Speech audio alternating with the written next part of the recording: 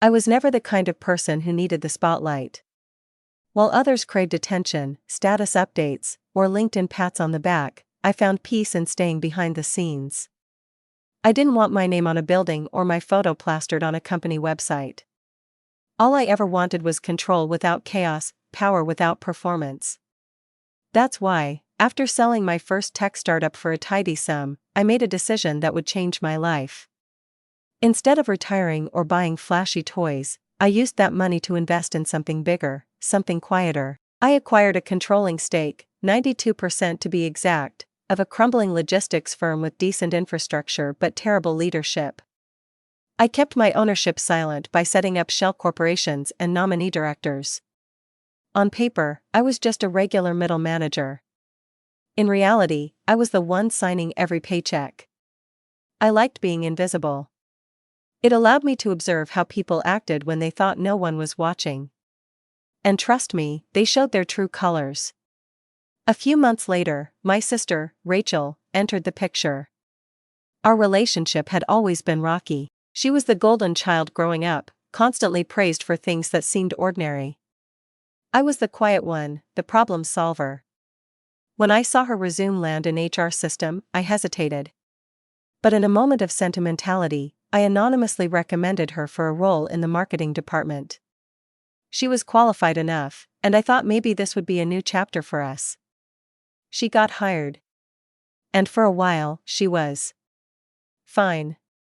Maybe a little arrogant, maybe a bit entitled, but nothing outrageous. That changed the moment she discovered I worked there. At first, she acted surprised, overly friendly in public, trying to pretend we were closer than we were. But in private, she was cold. Condescending. As if I had somehow embarrassed her by being beneath her.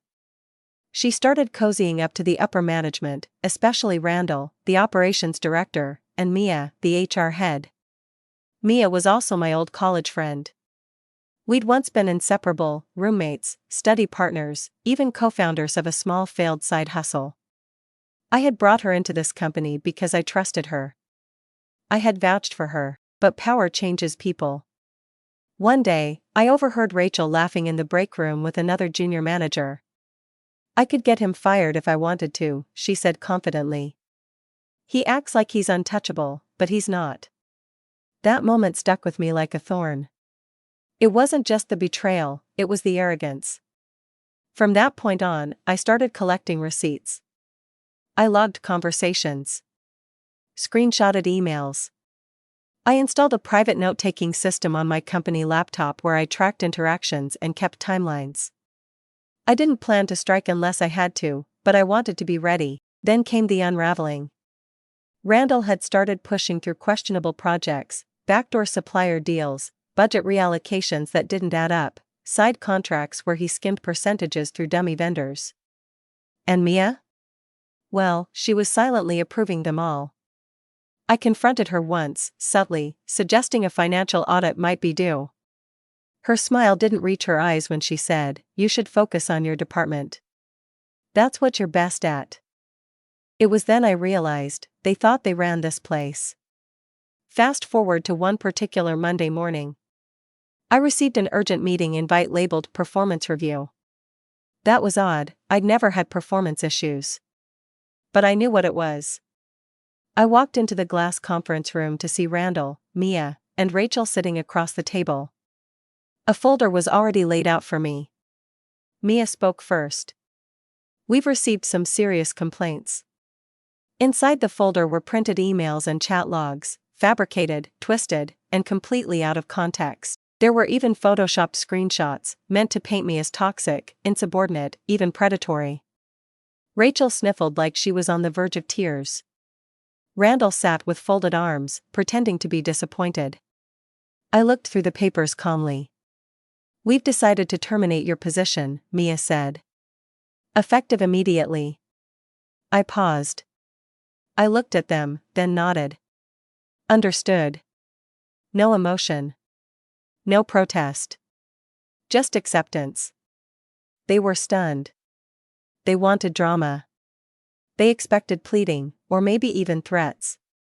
Instead, I stood up, straightened my jacket, and walked out. And that's when the game began. I contacted my legal team before I even left the parking lot. We initiated formal documentation of the termination, recorded every statement, and saved every document. Then I started pulling strings. Randall had a mortgage application in progress, co-signed by the company for a guaranteed approval. Since I technically had the final say, I withdrew the company's sponsorship. His application was declined within 24 hours. Mia's husband ran a boutique ad agency.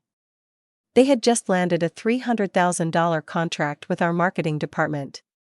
I canceled it citing conflict of interest and rerouted the budget to a smaller firm I owned indirectly. Rachel was driving a company-leased vehicle, leased under a corporate policy I'd signed off on. I contacted the fleet manager and removed her name from all approvals. The vehicle was to be collected immediately. Then, I called a board meeting. Many of the directors had never seen me in person, my shares had been handled by proxies. So when I walked in, they were confused. I introduced myself formally, handed each of them a dossier, and explained everything. Inside the folders, documentation of Randall's misconduct. Email chains between Mia and Rachel coordinating the frame-up. Financial irregularities. Staff complaints they had buried. I ended the meeting with one sentence: as majority owner, I'm exercising my right to restructure leadership, effective immediately. Randall, fired for fraud and breach of ethics. Mia, terminated for policy violations and complicity. Rachel, banned from company property and reported to HR associations for fraudulent conduct. I walked out with the same quiet composure I'd always had. Then the call started.